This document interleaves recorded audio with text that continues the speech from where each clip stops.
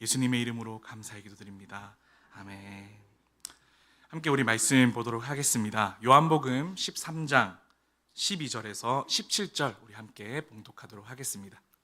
요한복음 13장 12절에서 17절까지 우리 함께 봉독하도록 하겠습니다. 함께 우리 봉독하겠습니다. 제가 먼저 봉독하겠습니다. 그들의 발을 씻으신 후에 옷을 입으시고 다시 앉아 그들에게 이르시되 내가 너희에게 행한 것을 너희가 아느냐? 너희가 나를 선생이라 또는 주라 하니 너희 말이 옳도다. 내가 그러하다. 내가 주와 또는 선생이 되어 너희 발을 씻었으니 너희도 서로 발을 씻어주는 것이 옳으니라. 내가 너희에게 행한 것 같이 너희도 행하게 하려 하여 본을 보였노라. 내가 진실로 진실로 너희에게 이르노니 종이 주인보다 크지 못하고 보냄을 받은 자가 보낸 자보다 크지 못하나니 너희가 이것을 알고 행하면 복이 있으리라. 아멘. 우리 함께 오늘 나눌 말씀의 제목은요, 사랑이 되어 주세요라는 말씀 주제로 우리 함께 말씀 나눠보도록 하겠습니다. 정말 오랜만에 우리 성도님들 앞에 서는 것 같습니다. 우리 성도님들 잘 지내셨죠? 네. 이제 비가 또 갑자기 또 온다고 해서 또 긴 시간 동안 온다고 해서 또 여러 가지 걱정되는 부분들이 많은데 우리 성도님들 다 안전하시기를 제가 기도하도록 하겠습니다. 계속 이제 우리가 8주간, 지난주까지 8주간 사랑의 연습이라는 주제로 함께 이야기를 나누고 있는데요. 저에게도 참 기억되어지고 마음에 남았던 것들이 있다면 나의 중심적인 사랑에서 하나님의 중심적인 사랑으로 바꿔야 된다라는 것이 기억에 남고요. 그리고 내가 가진 소유를 또 하나님의 사랑으로 나누어서 사용해야 한다라는 것도 기억에 남고요. 그리고 입술의 고독과 침묵으로 이렇게 섬겨야 한다라는 것들, 그리고 쉼을 우리가 누리면서 우리가 바라봐야 할 세 가지 이런 것들을 이야기 나누면서 우리가 다양한 사랑을 실천할 수 있는 이야기들이 있었다라고 생각이 듭니다.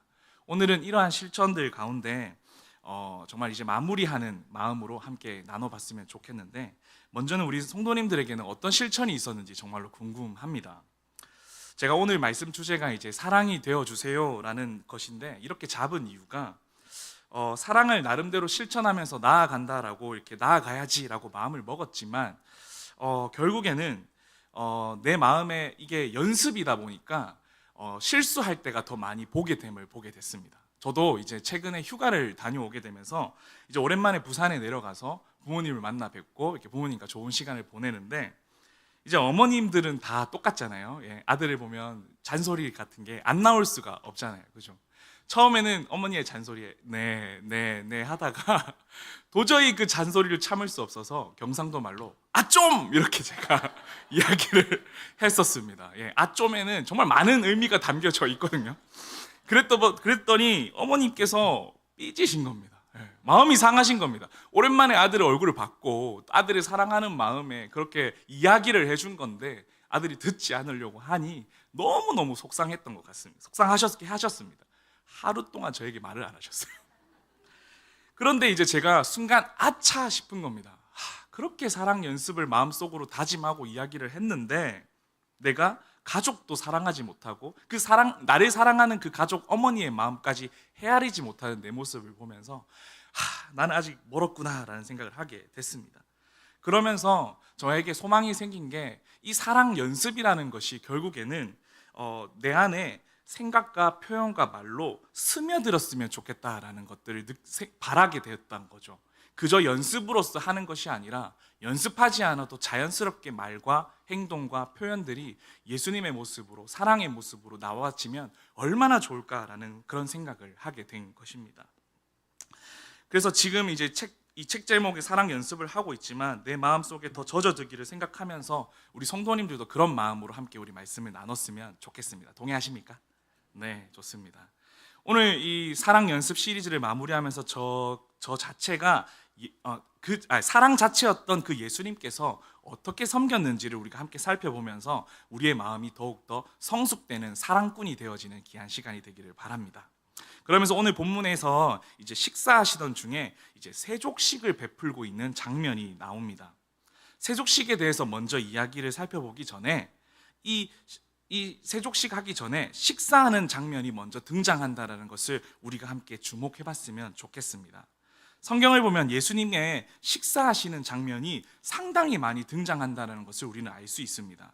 예수님과 식사한 사람들 누가 있을까요? 기본적으로는 제자들이겠죠.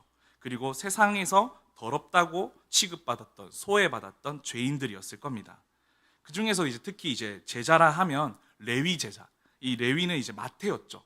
이 세리였던 이 레위가 예수님과 식사하면서 부르심을 받게 되는 장면이 있었고요.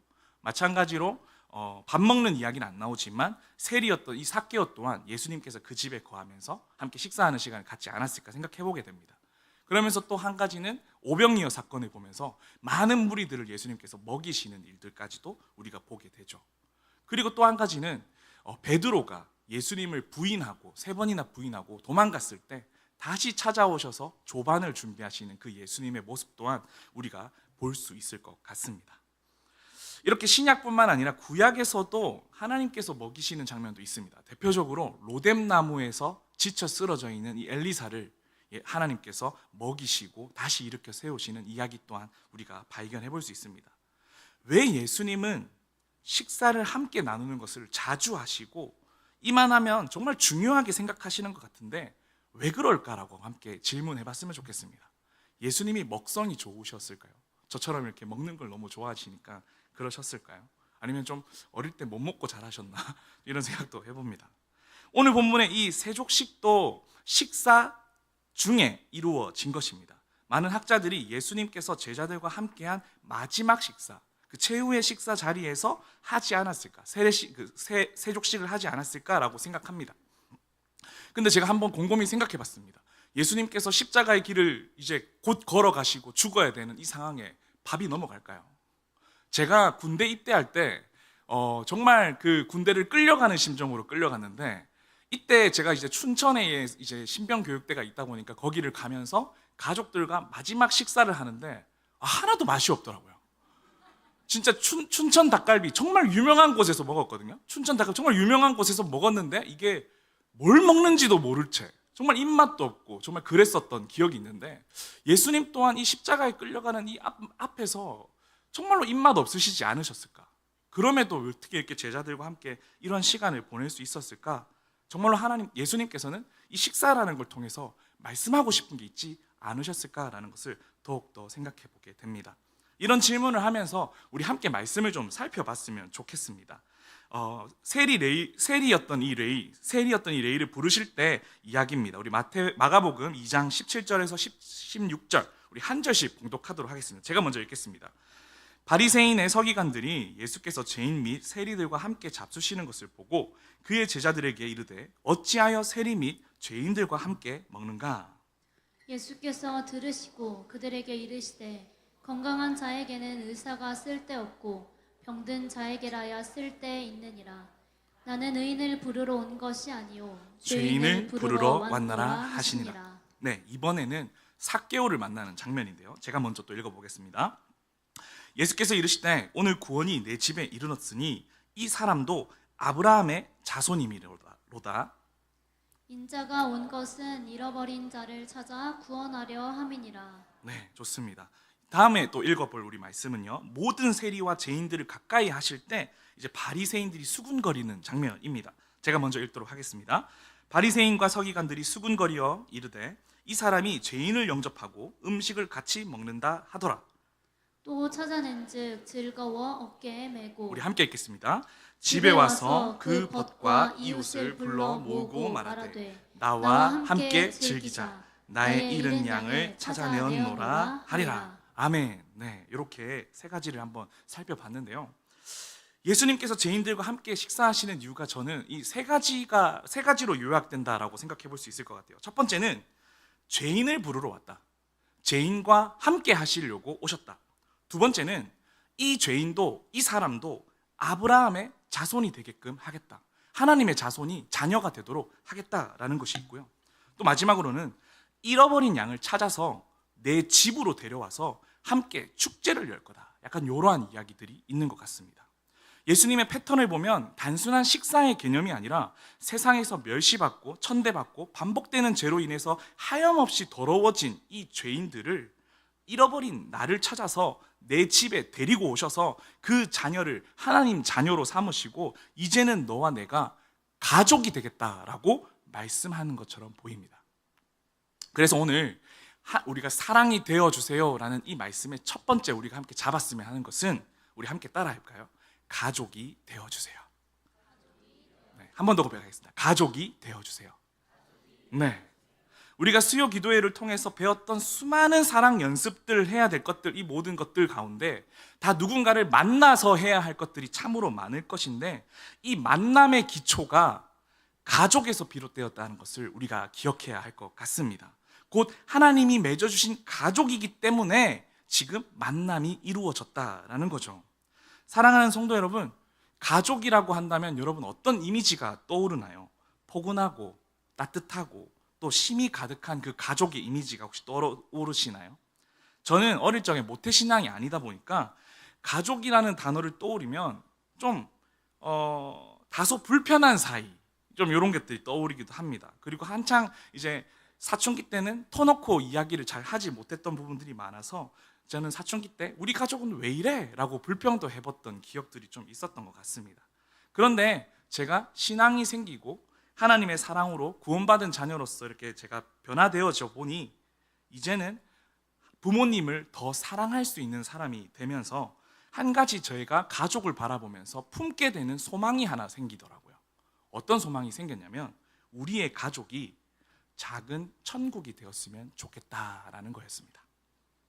곧 가족이야말로 가장 안식처요, 좋은 안식처요, 나의 있는 모습 그대로 용납되며 힘들고 지칠 때마다 쉴 수 있는 곳이 바로 가족이 되어야 되지 않을까? 작은 천국이 되어야 되지 않을까라는 것이 저의 소망이 되었다라는 것입니다.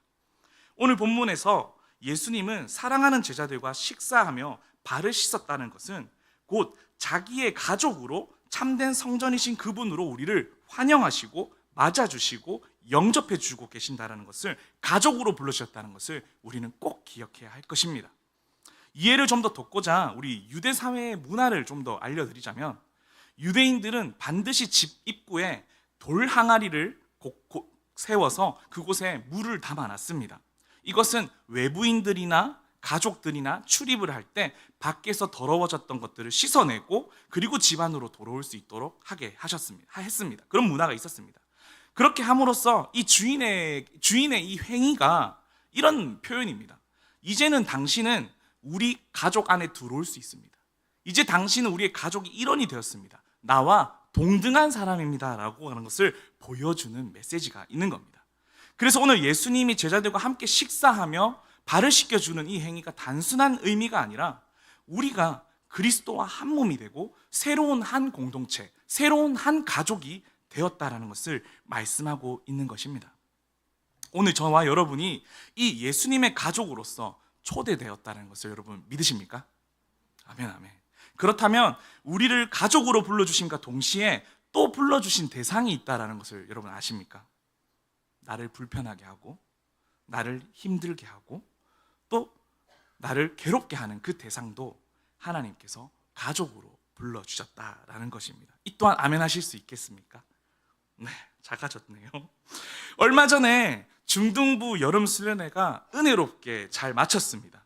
지난 겨울 수련회보다 한 11명 정도가 더 늘어서 40명이 되는 친구들이 갔다 왔습니다. 그런데 수련회를 준비하면서 제가 준비하는 과정 가운데 정말 하나님 앞에 회개했던 적이 있습니다. 회개했던 사건이 있었습니다. 많은 아이들이 수련회에 참석하고 기대를 품고 있었던 와중에 몇몇 소수의 인원들이 수련회에 불참하겠다라고 저에게 고백을 하는 거죠. 대수롭지 않게 생각했습니다. 어느 공동체든 어느 부서든 소수의 인원은 있기 마련이니까요. 수련회 안 가면 난 너희들이 손해다라고 얘기까지 하면서 저는 그런 마음이 제 안에 있었습니다. 그럼에도 이제 가지 않으려고 하는 애들이 있으니 전도사로서 전화를 돌리고 부모님들과 이야기를 나누는 것은 당연하겠죠. 그래서 제가 어떤 부모님과 학부모님과 통화를 하면서 제가 눈물을 흘리면서 회개할 수밖에 없었습니다. 어머님이랑 통화를 하는데 아이 얘기를 하면서 펑펑 우시는 겁니다. 정말 펑펑 우시는 겁니다. 아이와 관계가 멀어지고 사춘기라는 것 때문에 아이를 더 이상 통제할 수 없고 소통할 수 없다는 것 때문에 속상함에 너무 슬퍼하고 계신 겁니다.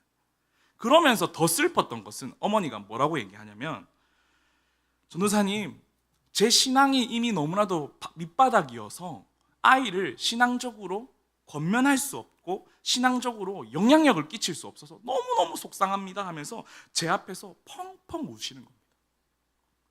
그러면서 그 학부모님이 저에게 딱 고백하시는 그 얘기를 듣고 저는 정말 회개할 수밖에 없었습니다. 그 어머니가 뭐라고 얘기하시냐면, 전도사님, 우시면서 전도사님 도와주세요. 저 혼자는 정말 못 키우겠어요. 제발 제발 도와주세요. 어머님이 한참 어린 저를, 어머님이 저보다 한참 나이가 많으신데 한참 어린 저 앞에서 이 새파란 이 전도사님 앞에서 모든 자존심을 버리고 울면서 도와달라고, 같이 양육하자고 이렇게 말하는 것이 너무 저에겐 충격적이었던 것이죠. 그러면서 제가 아차 싶었던 것입니다. 진짜 가족인 이 부모는 이 아이를 보면서 저렇게 애절하고 간절한데 나는 진짜 중등부의 좋은 모습만 보려고 했고 나를 잘 따라오는 아이들만 보려고 했던 정말로 교만한 교육자라는 것을 제가 깨닫게 된 것이죠.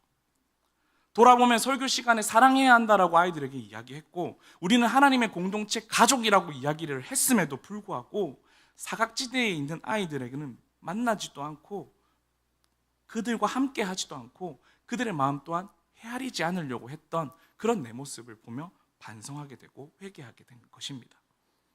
이 일을 겪고 나다 보니까 중등부에 적응하지 못하는 소수의 아이들이 제 마음 가운데 들어오고 보이기 시작했습니다.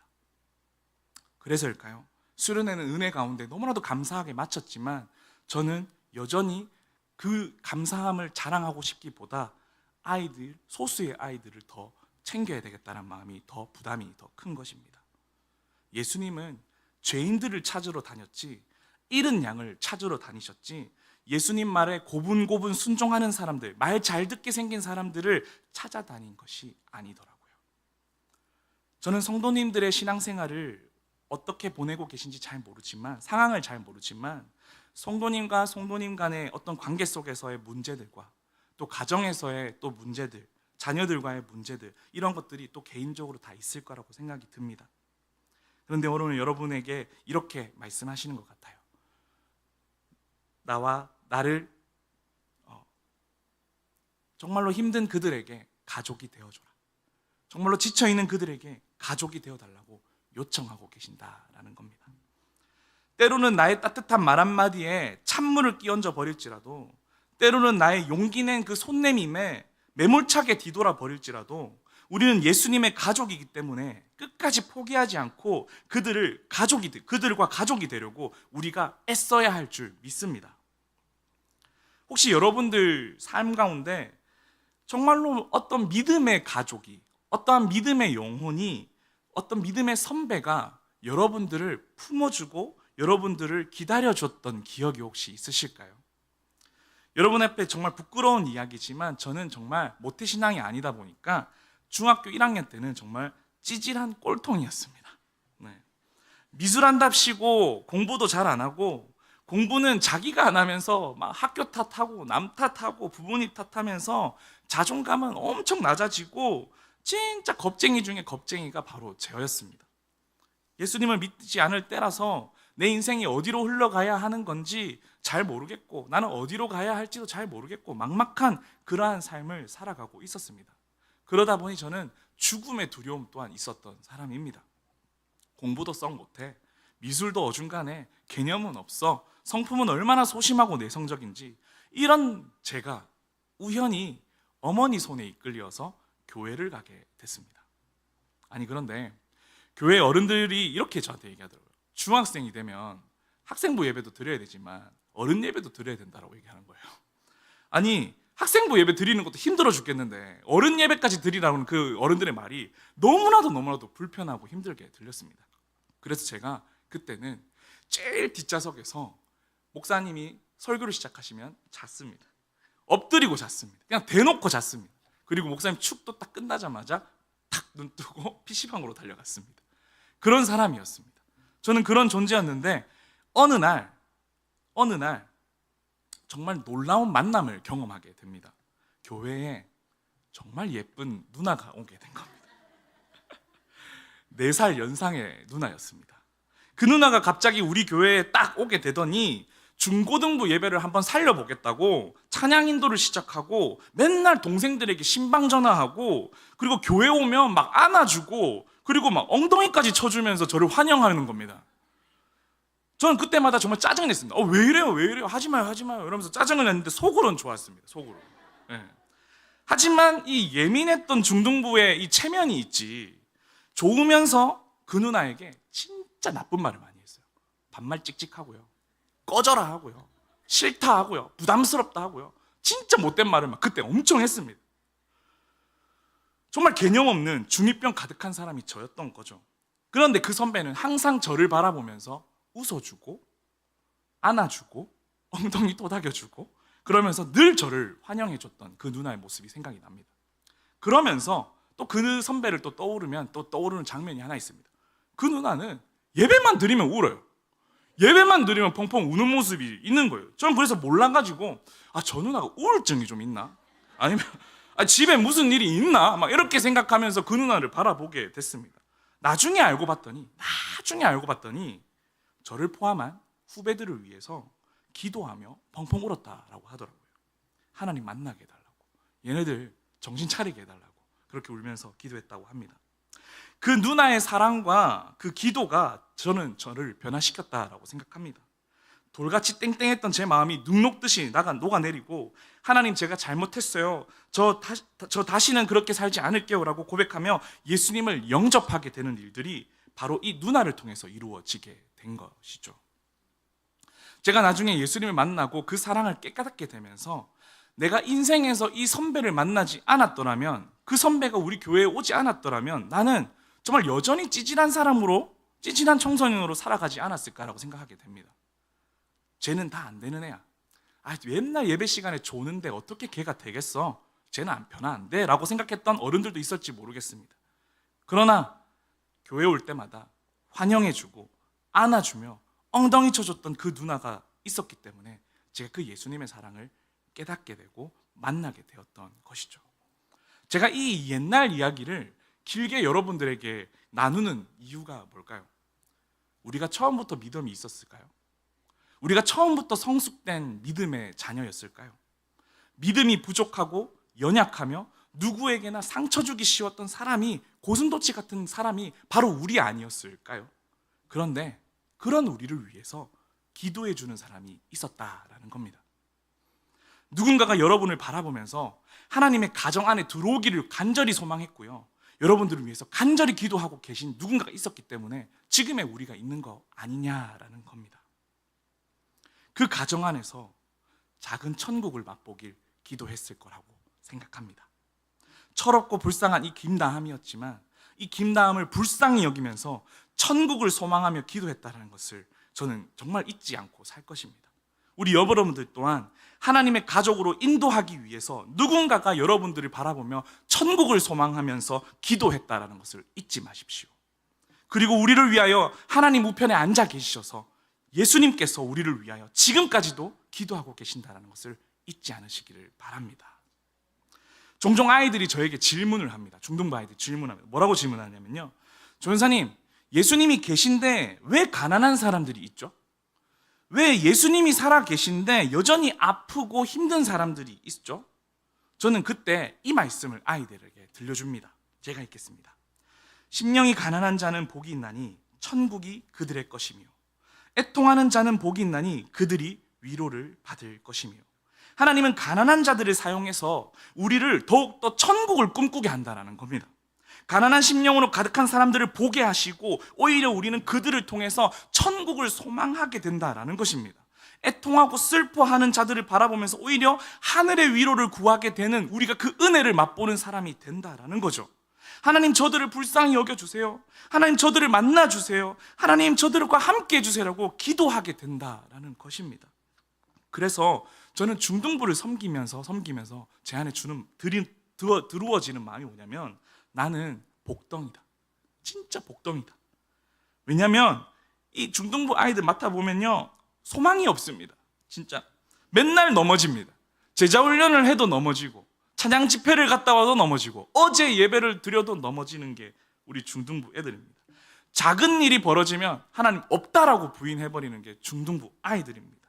근데 저는 그럴 때마다 오 주님 오시옵소서, 오 주님 저들을 만나 주시옵소서, 하나님 우리 중등부 공동체가 작은 천국이 되기를 원합니다라고 간절히 소망하게 된다라는 겁니다. 이것이 저에게 너무나도 복된 모습이라는 것입니다. 그래서 저는 복덩이 전도사입니다. 아이들을 보면서 더 천국을 소망하게 되거든요. 특히 가정에 어려움이 많은 아이들이 많이 보게 됩니다. 저희 중등부 안에서도 이혼 가정이 정말로 많고요. 그리고 병중으로 힘들어하는 가정들도 정말로 많습니다. 그런 가정들을 바라볼수록 하나님 역사해 주세요, 하나님 기적을 베풀어 주세요, 하나님 도와주세요라고 더욱더 간구하게 되는 것이 오히려 저에게 큰 복이라고 생각이 듭니다. 사랑하는 우리 성도 여러분, 사랑이 되어 주셔야 됩니다. 연습을 넘어서 그 사랑을 흘려보내는 우리가 사랑이 되어야 할 것입니다.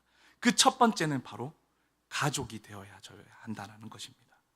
예수님께서 우리를 가족 되어 주시고, 우리를 가족 삼아 주시고, 하나님의 자녀로 삼아 주시면서 그렇게 해주셨던 것처럼 우리 또한 눈물이 나고 속상하고 막 이러한 것들이 너무나도 우리에게 많지만, 우리는 그 영혼을 위해서, 그 가족인 그 영혼들을 위해서 끝까지 포기하지 않고 함께 걸어가야 될 줄 믿습니다. 아멘. 아멘, 아멘. 그러면서 우리가 함께 그 천국을 맛보면서, 그 천국을 경험하면서 그 작은 천국을 맛보는 가정을 누리는 우리가 되기를 소망합니다. 아멘. 네. 첫 번째는 가족이 되는 거였습니다. 두 번째는 바로 이것입니다. 함께 따라해 볼까요? 깨끗이 씻겨주세요. 네, 한 번 더 해볼까요? 깨끗이 씻겨주세요. 네, 함께 말씀 읽어보도록 하겠습니다. 요한복음 13장 13절에서 14절입니다. 우리 한 목소리 읽겠습니다. 시작. 너희가 나를 선생이라 또는 주라 하니 너희 말이 옳도다. 내가 그러하다. 내가 주와 또는 선생이 되어 너희 발을 씻었으니 너희도 서로 발을 씻어 주는 것이 옳으니라. 아멘. 오늘 설교의 핵심적인 내용이 바로 이 요한복음 13장 13절에서 14절 말씀일 수 있겠는데요. 이 말씀 구절을 좀 더 온전히 이해하기 위해서는 앞의 내용을 잠깐 우리가 더 살펴봐야 합니다. 요한복음 13장 8절인데요. 이건 제가 한번 읽어보도록 하겠습니다. 베드로가 이르되 내 발을 절대로 씻지 못하리이다.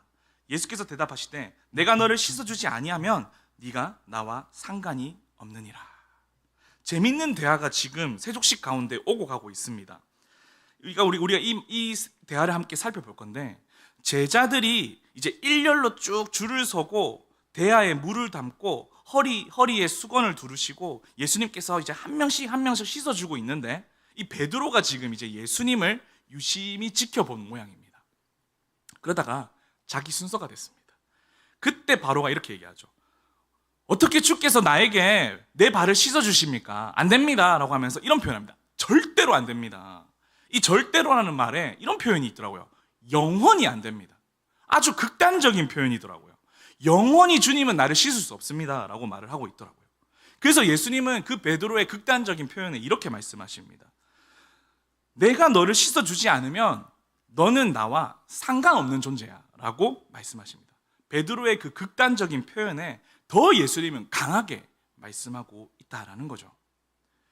여기서 상관이 없다라는 표현은요, 이런 표현이 있더라고요. 이런 의미가 있더라고요. 너가 나와 상속을 나누지 못한다. 너는 나와 교제하지 못한다라는 이런 근본적인 의미가 있다라는 것이에요.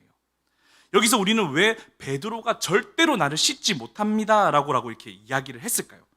우리는 이 베드로 입장에서 조금 더 고민하면서 함께 이야기 나눠볼 필요가 있습니다.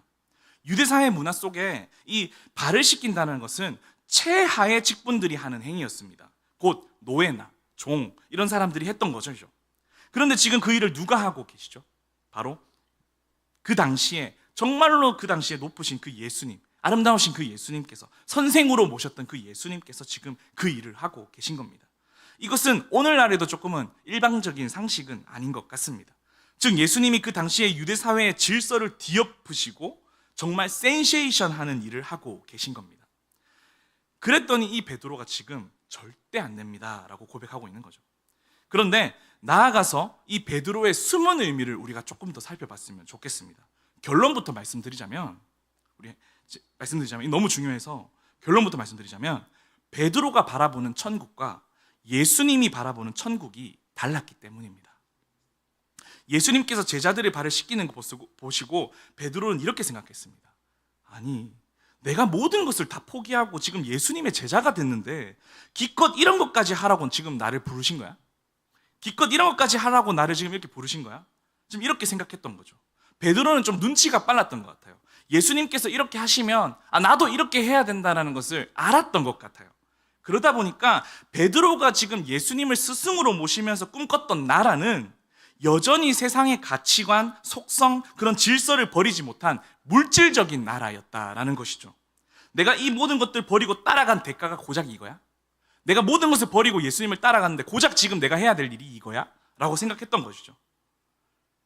지금 그런 일이 절대로 일어나면 안 된다고 고백하고 있다라는 것입니다. 마태복음에 보면 베드로는요, 주는 그리스도시요 살아계신 하나님의 아들이시다라고 이렇게 고백까지 했습니다. 10점 만점에 10점의 고백을 했습니다. 그러자 예수님께서 드디어 이 땅에 오신 목적에 대해서 말씀하십니다. 이제부터 내가 많은 사람들 앞에 고난을 받고 죽음을 당할 것이다. 그때 베드로는 이렇게 말하죠. 선생님, 그런 일은 절대 일어나서는 안 됩니다. 막 항변하고 막 따지면서 이야기를 합니다. 그것은 우리가 꿈꾸는 나라가 아닙니다. 예수님이 로마의 왕이 되어주시고 우리가 좌우에 한 자리씩 해야 되는 거 아닙니까? 이건 제가 상상해서 이야기하는 겁니다. 죽는다뇨. 예수님이 죽는다뇨. 제가 예수님을 따라서 나선 것은 고작 이런 거 하려고 나온 것이 아니라 내가 예수님의 옆에서 한 자리 하는 게 제 꿈이었던 것입니다. 절대 안 됩니다 라는 것이죠. 저는 이 모습을 보면서 이 모습이 우리의 모습은 아닌지 생각하게 됐습니다. 많은 기독교인들이 예수를 믿어가지고 세상의 주도권을 잡고 사회의 1%가 되어서 파워를 기르고 실력을 쌓아서 세상을 장악해서 하나님께 영광 돌리겠다고 생각하는 사람들이 정말 많다고 저는 생각합니다. 정말 하나님이 그것을 원하실까요? 그러다 보니 자녀들이 명문대를 갔으면 좋겠고 알아주는 곳에 취업을 했으면 좋겠고 돈 많이 벌어서 그것이 하나님께 영광이 되는 아이들로 자랐으면 좋겠다고 생각하는 것이 우리의 부모님의 마음 아니냐라는 것이죠. 제가 아이들에게 물어봅니다. 너희들, 우리 중동부 아이들에게 너희들 정말로 가치 있는 일이 뭐라고 생각해? 우리 아이들 뭐라고 대답했는지 아십니까? 아이들이 이렇게 얘기했습니다. 건물주가 되고 싶습니다. 우리 아이들에게도 돈이 영광인 겁니다. 편안하게 돈을 벌고 고생하지 않아도 돈을 벌 수 있는 그게 이제 아이들에게 가장 영광스러운 거죠. 돈을 많이 벌면 하나님께 은혜를 많이 입은 사람, 돈을 적게 벌면 은혜를 적게 받은 사람이라는 것이 아이들 머릿속에 탑재되어져 있다라는 겁니다. 누가 넣었을까요? 지금 베드로와 예수님의 차이가 무엇인지 여러분 좀 아시겠습니까? 베드로는 예수님께서 죄인들과 함께 하시면서 그들을 새로운 가족이 일원이 되게 하시면서 바라봤던 것이 하나님의 나라와 속성과 질서의 깊이를 알지 못하고 그냥 계속 물리적인 나라를 바라보면서 살아가고 있었던 겁니다. 근데 예수님이 꿈꿨던 나라는 달랐습니다. 예수님이 꿈꾼 나라는 무엇입니까? 낮아지고 섬기고 희생으로 다른 일을 살려야 되는 일이었습니다. 다시 말하면 회복시키는 일이었다는 것이죠.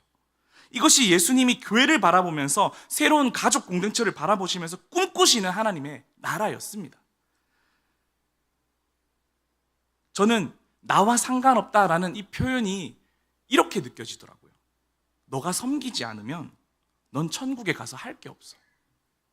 너가 섬기지 않는다면, 섬기고 싶은 마음이 없다면 너는 천국 가서 할 게 없어. 사랑하는 아름빛 교회 성도 여러분, 조심스럽게 질문합니다.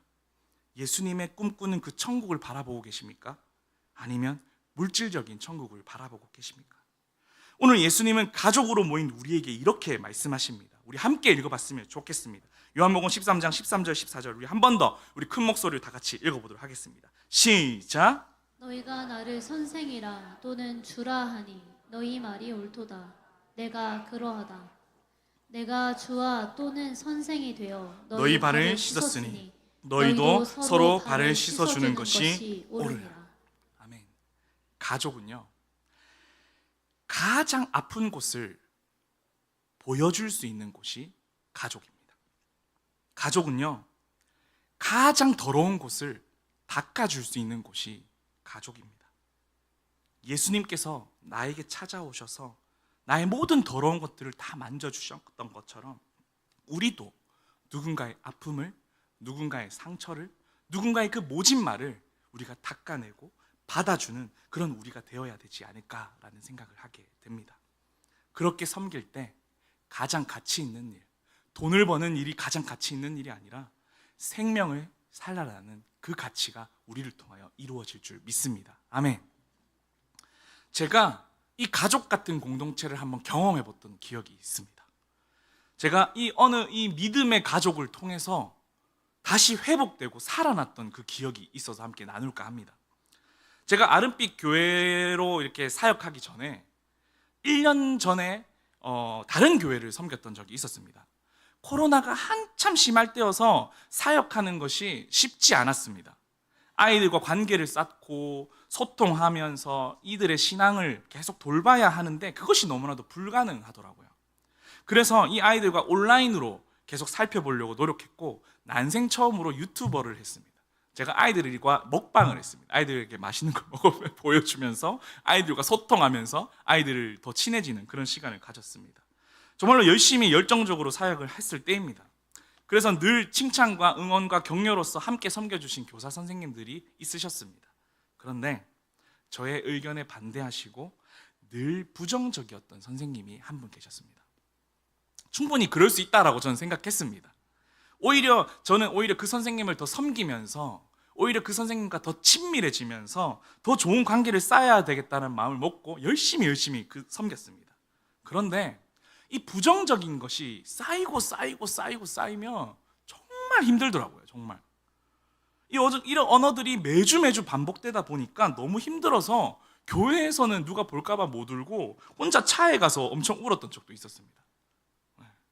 그래서 막 그렇게 울었던 적이 있었는데 어느 날 그렇게 차에서 울고 있는데 전화가 걸려오는 겁니다. 따르르 딱 전화를 받더니 곽신영 목사님인 겁니다. 곽신영 목사님 전화가 오셔서 제가 이제 하고 괜찮은 척하면서 전화를 받았는데 이 친구가 20년 지기 친구다 보니까 눈치를 챈 겁니다. 눈치를 채고 뭔데? 집으로 온나? 저희끼리는 경상도 말로 하거든요. 집으로 온나? 이렇게 얘기를 하는 거예요. 그래서 당장 짐 싸고 신영 목사님 집으로 달려갔습니다. 그때 이제 결혼하셨을 때였기 때문에 예지 사모님과 이제 곽신영 목사님이 이렇게 같이 살아가고 있었는데 그 목사님과 예지 사모님이 저를 진짜 머리부터 발끝까지 깨끗이 씻어줬습니다.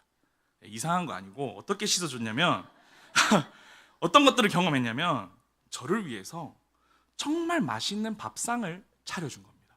한번 볼까요? 와, 정말 제가 너무 감동받아가지고 저렇게 찍었던 기억이 있어요. 미역국이랑 정말 따뜻한 밥을, 또 제가 혼자 살았다 보니까 이런 걸 먹기가 쉽지 않았거든요. 저를 위해서 이 예지 사모님과 곽신영 목사님이 이 따뜻한 밥을 지어준 거죠.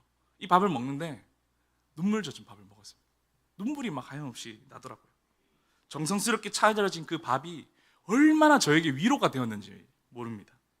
그러면서 식사를 마치고 다 끝나고 곽신영 목사님이 저에게 물어봅니다. 니 많이 힘드나? 그러면서 뭐가 그렇게 힘든데? 이야기해봐라. 그러면서 저를 공감해주고 위로해 주었습니다. 제가 다시 힘이 났을까요? 안 났을까요? 힘이 엄청 났습니다. 문제는 해결되지 않았습니다. 그 선생님은 변하지 않았습니다. 근데 그 가족 같은 그 믿음의 사람이 나를 위해서 섬겨주고 대접해주는 그 사랑을 내가 경험함으로써 제가 다시 일어설 수 있겠더라고요. 다시 일어설 수 있겠더라고요. 그러면서 제가 그때 깨달았던 것이 있습니다. 뭐냐면요, 우리 한번 같이 읽어볼까요? 큰 목소리로 다 같이 읽어봤으면 좋겠습니다. 섬김의 대접은 제가 읽도록 하겠습니다. 섬김의 대접은 다시 예배로 나올 수 있도록 돕는다. 섬김의 대접은 다시 삶으로 나갈 수 있도록 돕는다. 섬김의 대접은 다시 일어날 용기를 얻게 된다. 섬김의 대접은 다시 사랑할 용기를 얻게 된다. 그날 강 목사님 집에서 저는 먹었던 그 밥상은요, 저에게 세족식과 같았습니다. 하나님의 가족으로 초대를 받고 섬김에 통해서 깨끗함과 씻음을 얻게 되어서 힘을 얻게 되었던 시간이었습니다. 정말 작은 천국을 그 가정을 보면서 바라보게 되더라고요. 이것을 경험한 저는 또 꿈이 하나 생겼습니다. 나중에 내가 가정을 꾸린다면, 나중에 결혼해서 내가 가정을 꾸린다면 나만 배부를 것을 생각하지 않고 나도 누군가를 초대하면서 살아야 되겠다.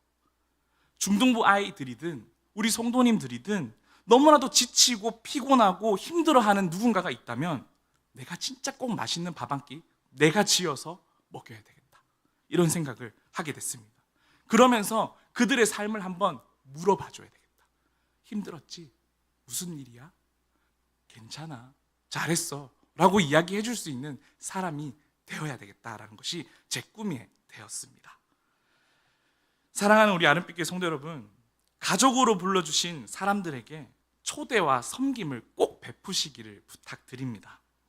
세상의 고단함으로 지쳐있는 그 누군가를 여러분의 초대와 섬김으로 사랑해 보십시오. 그들은 가족으로 초대받고 깨끗함을 얻게 되어서 정말 하나님의 작은 천국을 맛보게 될 줄 믿습니다. 아멘. 말씀의 결론을 맺도록 하겠습니다. 예수님의 제자들이, 사도들이 초대교회를 세워가면서 정말로 받아들일 수 없는 사람들이 얼마나 많았을까요? 그죠? 그때는 교육도 제대로 안 되어 있던 때였잖아요. 그때마다 이들이 무슨 생각을 했을까요? 냄새나고 나와 다르고 정말로 말도 안 통하는 그런 사람들, 그 연약한 사람들을 바라보면서 어떤 생각을 했을까요? 저는 오늘 말씀 15절이라고 생각합니다. 우리 한 목소리로 다 같이 읽어볼까요? 시작! 내가 너희에게 행한 것 같이 너희도 행하게 하려 하여 본을 보였노라. 아멘. 도무지 용납이 안 되는 사람, 가족으로 받아주시는 겁니다. 사도들이 그렇게 용납됨을 받음으로써, 부르심으로써 가족이 되었으니까 그것이 가능한 거 아니겠습니까? 그렇게 초대교회는 세워져 나간 것입니다. 어느 유명한 목사님의 말씀을 제가 인용하면서 마치려고 합니다. 목사님이 이렇게 얘기하십니다. 우리는 은혜의 종착역이 되지 말아야 한다. 다시 한 번 더. 우리는 은혜의 종착역이 되지 말아야 한다. 우리는 축복의 통로, 은혜의 통로가 되어야 한다. 아멘. 우리가 받은 은혜, 나만 누리면서 살 것이 아니라 많은 이들에게 흘려보내면서 사랑 연습하면서 나아가는 그런 우리가 되어지기를 간절히 소망합니다. 그리고 연습을 넘어서 그 예수님의 그 사랑이 나에게 젖어들어서 내가 사랑이 되어주는 그런 은혜가 있기를 간절히 소망합니다. 우리 함께 그 말씀 기억하면서 함께 찬양하도록 하겠습니다.